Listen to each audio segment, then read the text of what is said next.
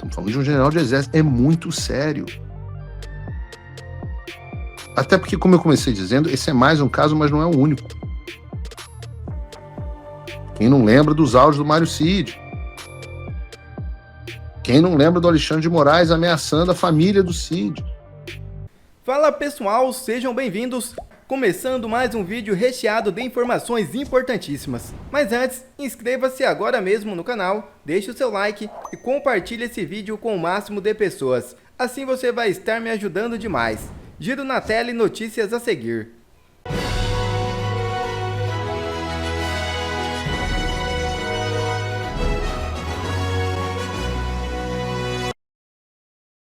Hugo Motta prepara duro golpe no sistema e vai colocar Eduardo Bolsonaro em importante função.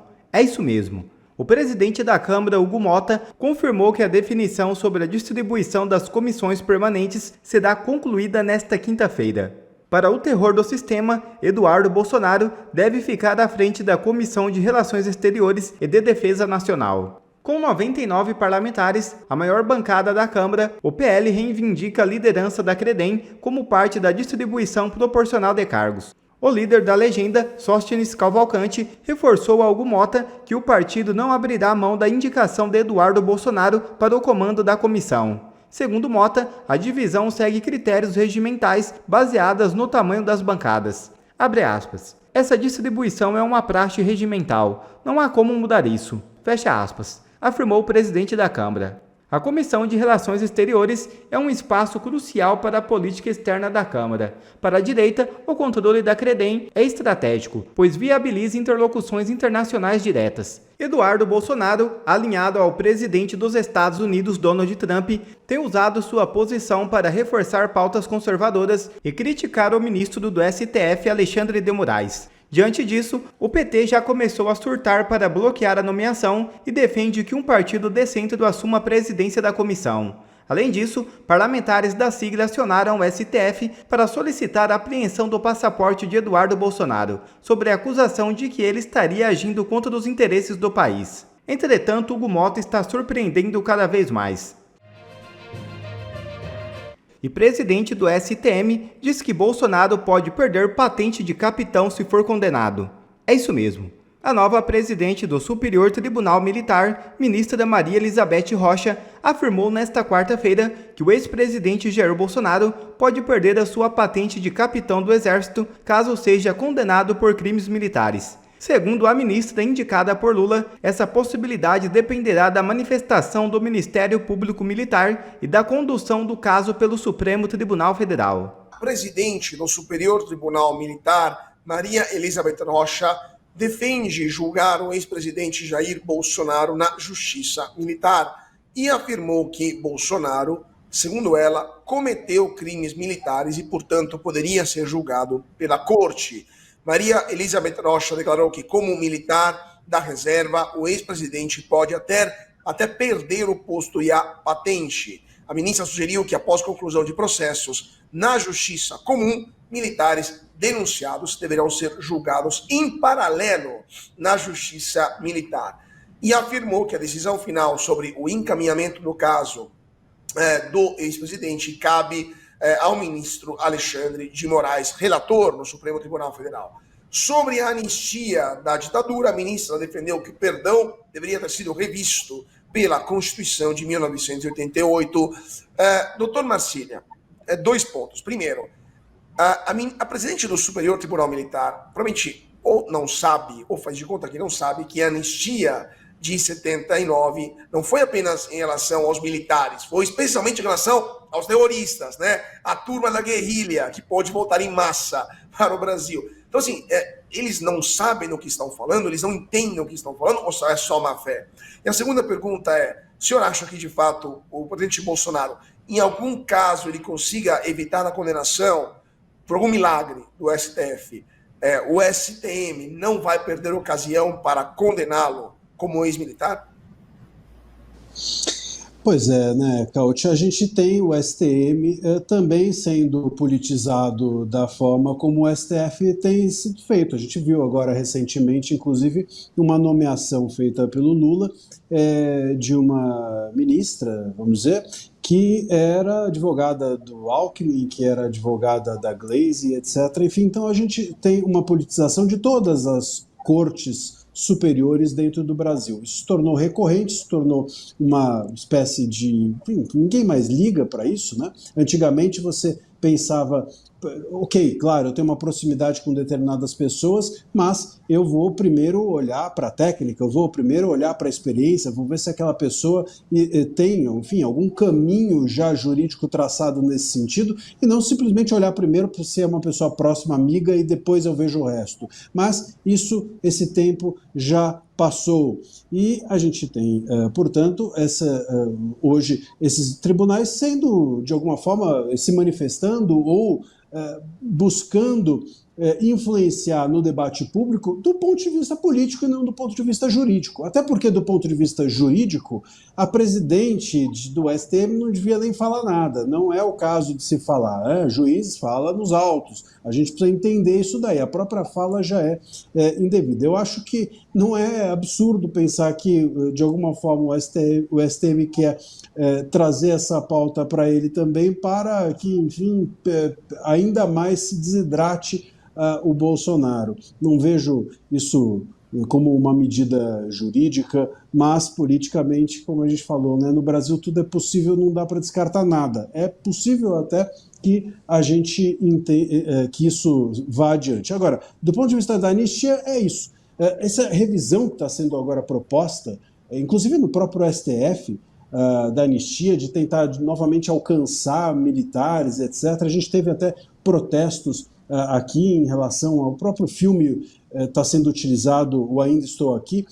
Isso é meramente uma forma de deixar os militares como reféns da política atual. É isso que se quer. Do mesmo jeito que criou-se um inquérito das fake news e deixou o Brasil inteiro, a opinião pública refém, agora também se quer deixar os militares com uma espada sobre a sua cabeça. Fabi Barroso, sua opinião sobre esta declaração? Lembrando que a presidente do STM foi nomeada pelo Lula no seu primeiro ou segundo mandato, agora se não me falha a memória, pelo mérito de ser esposa de um general, não de ter uma experiência na procuradoria militar ou em outro tipo de tribunal militar. Então, e agora Lula nomeia outra mulher que tem o mérito de ser amiga da Janja e advogada da Gleisi Hoffmann. Sua opinião sobre essas declarações da presidente do STM? E do Alckmin. Bom, vamos concentrar aqui na questão da presidente do STM. Primeiro, ela está indo muito além daquela questão de vamos ter um pré-julgamento que, né, se tudo tivesse de forma correta no Brasil, isso causaria impedimento e etc. Todo mundo já sabe. É pior, ela está sugerindo existir um crime. Da onde essa pessoa tirou isso? Ponto 1. Segundo, a gente sabe que na questão até particular, o presidente Bolsonaro gosta demais dessa vertente aí militarista. Ele prioriza muito, ele vê isso de uma forma com muito orgulho de ter servido, de ter feito parte. Vocês imaginam quanto doeria, né, retirar isso, a patente? Consequentemente, ele perderia, que eu estou fazendo a viagem completa, né? Ele perderia também os recebíveis em relação à aposentadoria, que a gente sabe que nesse caso acumula, e também, até como levantado aqui, o nosso diretor é uma pessoa muito inteligente, mandou aqui, e eu acho pertinente a pergunta dele, porque é uma pergunta que pode passar na cabeça de todo mundo, falar, e numa possível prisão, será que já estão pensando então de retirar, né, aquele lugar onde teria uma prisão especial por ser militar, como está acontecendo com o Braga Neto? Até a minha resposta aqui de pronto foi não, porque ainda ele é ex-presidente do Brasil e isso daria a ele esse status, até por uma questão de resguardo mesmo, e neste caso, com certeza, né, a gente tem essa situação, então sim, mas veja a maldade de que estão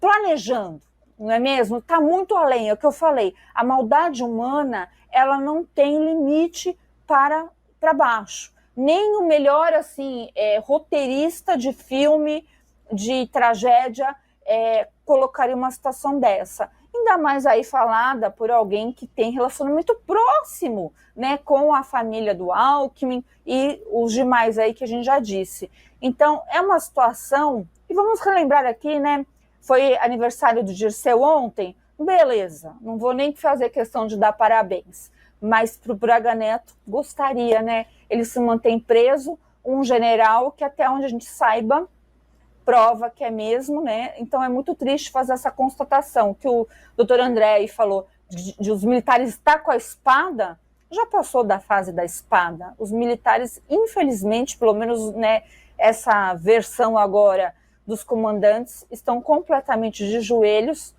Penso eu que é para manter, né, o benefício que eles têm, que não é pequeno. Eu não posso deixar de chamar a atenção, porque não é só o presidente Bolsonaro que está enfrentando essas ilegalidades.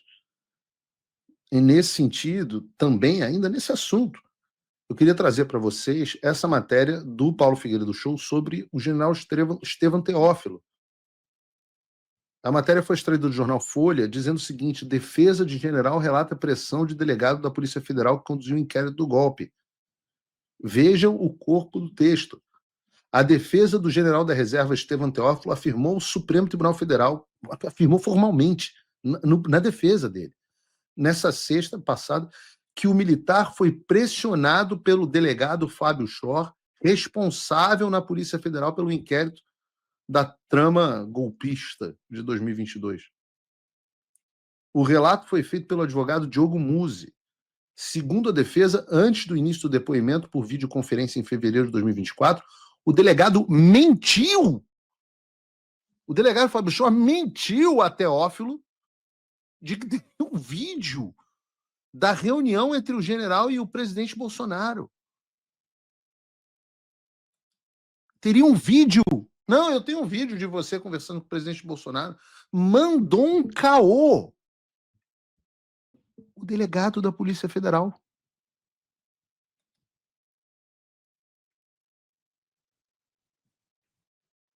Diz o texto da defesa. Estranhamente, rompendo com o rito vinculado à legalidade que deve nortear a sua atividade, o delegado da Polícia Federal, Fábio Schor, tentou desestabilizar psiquicamente e submeter o general Estevam Teófilo.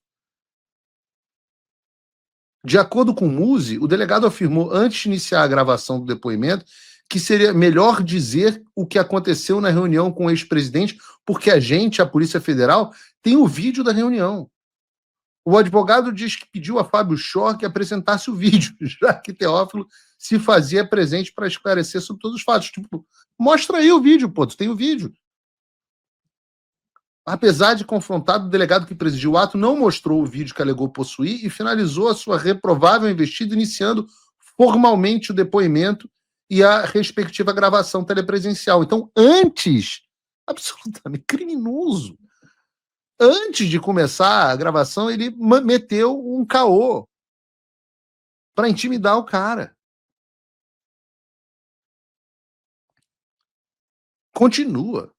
A defesa de Teófilo ainda diz que o delegado e o escrivão da Polícia Federal dificultaram a correção de palavras no termo do depoimento. Ou seja, não falei isso. Não quero rever o que você escreveu. Diz a defesa dele, é inaceitável a realização viciada do depoimento do investigado, pois o interesse em investigar apenas parcialmente sobre alguns dos fatos que a própria representação policial lhe imputava acarreta uma inafastável e insanável prejuízo. Não, um inafastável e insanável prejuízo, afirma Musi. Procurado, a Polícia Federal disse que não ia se manifestar sobre o caso. Esse Fábio Schor é aquele que deu uma cagada, porque o Alan dos Santos, sei lá mais quem, ficou mostrando foto dele com a família e tal. É aquele que o Marcel Van Hatten esculhambou na tribuna, o deputado Eduardo Bolsonaro, chamaram de putinha do Alexandre de Moraes. Essa é a putinha. Essa é a putinha. Continua a reportagem. Como a Folha mostrou, investigadores da Polícia Federal suspeitavam que o general Estevam Teófilo estivesse produzindo um plano operacional para o golpe de Estado após conversar com o Bolsonaro no Palácio Alvorada. Nenhuma evidência de que Teófilo tivesse preparado o plano foi encontrada pela investigação. Nada. Estevão Teófilo foi denunciado pela PGR sob a acusação de ter aceitado coordenar o emprego de forças terrestres para o golpe de Estado que impedisse a posse do Lula. As provas levantadas na investigação, porém, se restringem a declarações do Mauro Cid em mensagens de WhatsApp que acabaram contraditas pelo próprio militar na sua colaboração premiada. A inclusão de Teófilo na lista de denunciados pela trama golpista mobilizou integrantes do alto comando no Exército 2022. Parte dos generais de 4 estrelas se dispuseram a defender o colega em eventuais testemunhos do STF. A defesa do Teófilo incluiu 10 generais na lista de testemunhas enviada ao Supremo. O próprio Ferry Gomes, o general Arruda, que depois foi comandante do Exército, o general Soares, que estava do outro lado, general Mourão, que estava do outro lado, Sérgio Negrais, Eduardo Fernandes, André Novaes, Gustavo Dutra, o famoso Dutra, o famoso general Dutra, Carlos Pimentel e André Lúcio Couto. Gente, o que está acontecendo com o general Teófilo? Estamos falando de um general de exército. É muito sério. Até porque, como eu comecei dizendo, esse é mais um caso, mas não é o único. Quem não lembra dos áudios do Mário Cid? Quem não lembra do Alexandre de Moraes ameaçando a família do Cid? Dizendo que se ele não delatasse o que o jogador queria ouvir, os custos iam ser altos para a família. Isso é coisa de Brasil. É coisa de Brasil. Essas coisas que a gente está dizendo é coisa de Brasil, é coisa de republiqueta mesmo. Aqui nos Estados Unidos você já tem a Lei Miranda, né? Caso clássico, 1966, Miranda versus Arizona. Todo mundo aqui conhece. Você conhece porque existe um negócio chamado Leis Miranda, né? Quando você não tem nada a ver com o Eurico Miranda, mas com o Ernesto Miranda, que era um cara comum que foi preso, acusado de sequestro e estupro e tal. E depois de horas de interrogatório, sem advogado, sem ser informado dos direitos dele, ele acabou confessando. E aí a Suprema Corte americana jogou um balde de água fria naquele negócio. A Suprema Corte dos Estados Unidos é diferente da Suprema Corte no Brasil. A Suprema Corte aqui faz valer a Constituição, a daí faz valer a vontade do Alexandre. Eles disseram que a confissão do cara não valia nada porque foi obtida sob pressão e sem garantir o cara o direito básico, que é o direito de ficar calado, ter assistência legal e tal. Então hoje, quando você vê um filme, né, aí o policial vai prender o cara, senhor José da Silva, o senhor está preso tem que dizer pelo que o cara está preso, né? Está preso pelo assassinato de Odete Roitman.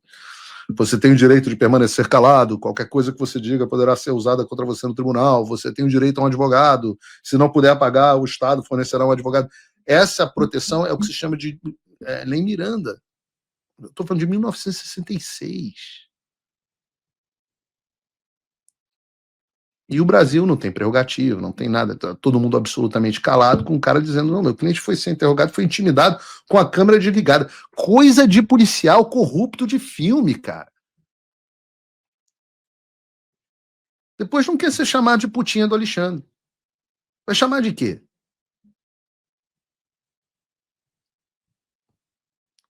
Pois bem, General Teófilo não é o único, o presidente Bolsonaro não é o único, eu mesmo estou sem conseguir até hoje. Não me citaram, até hoje eu estou aguardando ser citado nesse caso. Os jornais dizem que eu fui denunciado, mas até hoje não fui citado. Quer ver mais conteúdos como esse? Então inscreva-se agora mesmo no canal e ative o sininho das notificações. Assim você não perde mais nenhum conteúdo que é postado aqui no canal. E também já deixe o seu like para o YouTube ajudar a divulgar o nosso trabalho. Fico por aqui e que Deus abençoe a todos. Brasil acima de tudo e Deus acima de todos.